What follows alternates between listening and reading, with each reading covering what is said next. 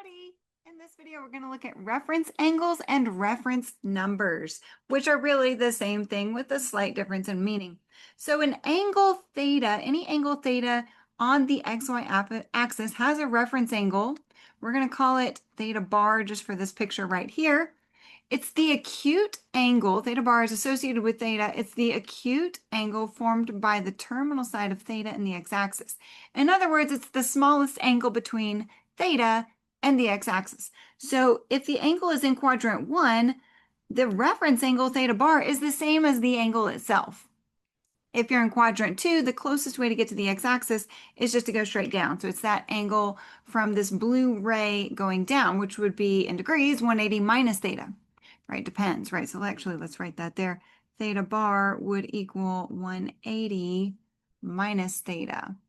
Okay, and this, if your angle is in quadrant 3, that's in degrees, by the way. There we go. In quadrant 3, right, the closest way up to the x-axis is to go straight up. So your theta bar is that angle right there. So it would actually be 180, well, it's the theta, but minus 180 degrees. Theta bar, your reference angle, is the original angle minus the 180 degrees, taking away that part, right?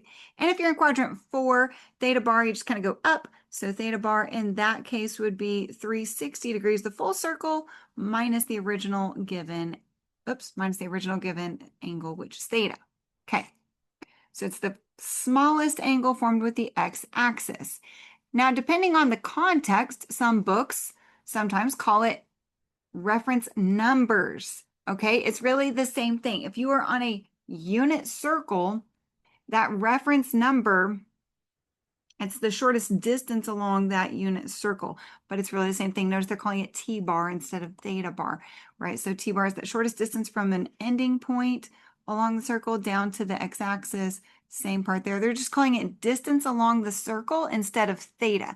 But if you're on a unit circle, the answer, the value of the reference number or reference angle is the same thing. So it just depends on what context you're talking about, what class, what book, what teacher you have as to whether they call it a reference angle or a reference number, but they're all really referring to essentially, and for practical purposes, the same thing.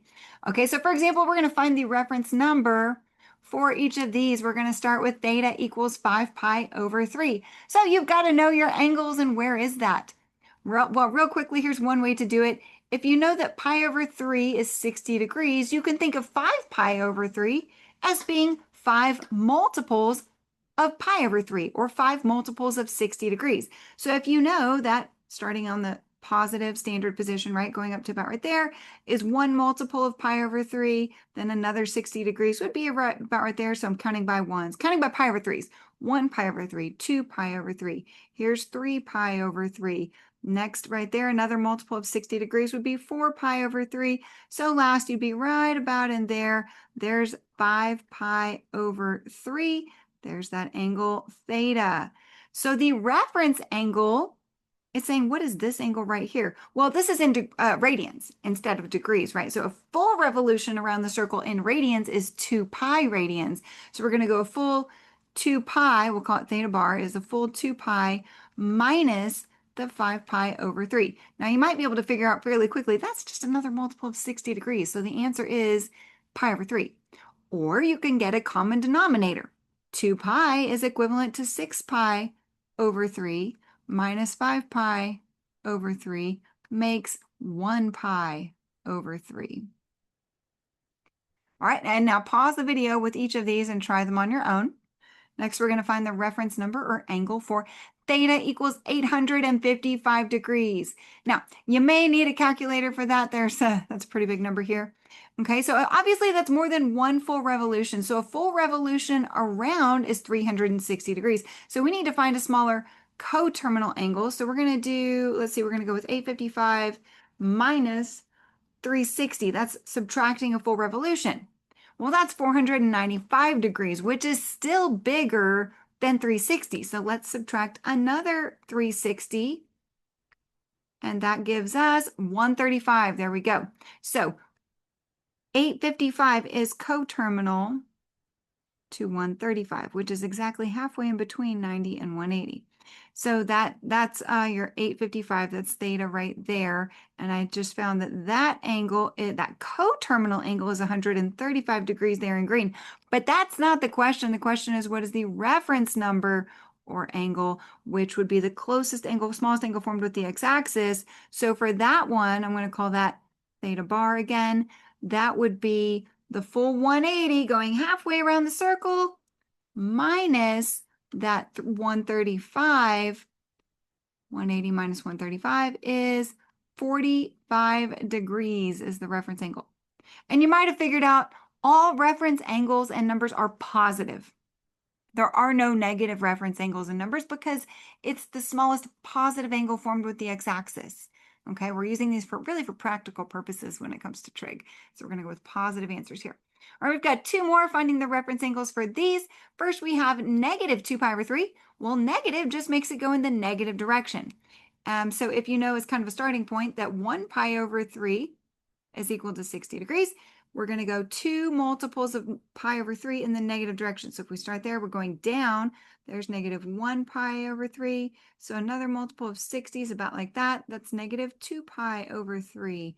So to get up to here, we need to add one more multiple of pi over 3. So the theta bar or the reference angle, or it's not theta actually, in this one we're doing t bar. Technically, the way they've asked this is a reference number, right? Which is, there we go, which is that distance along the axis. So if I kind of highlight over it there in red, right? That reference number, if we want to call it t bar, would be 1 pi over 3. But it's the exact same as the reference angle. If theta was negative 2 pi over 3, your reference angle is pi over 3.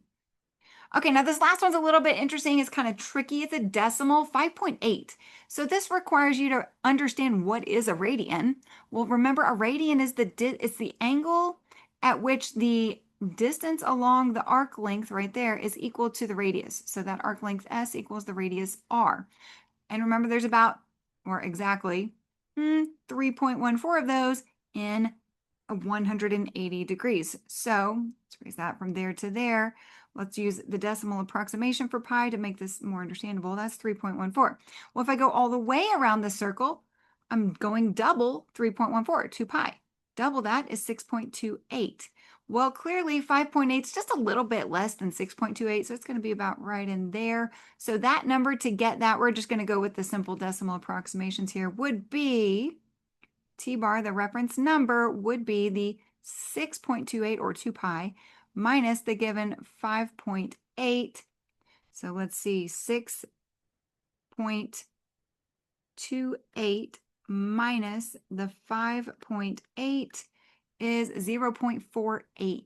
And that is in radians. If there are no, there's 0.48. If there are no units, then it is in radians. And radians are technically unitless. That's actually a reference number. It's a distance, but it is a unitless measure here. So 0.48 would be the answer there. All right, that is reference angles and reference numbers.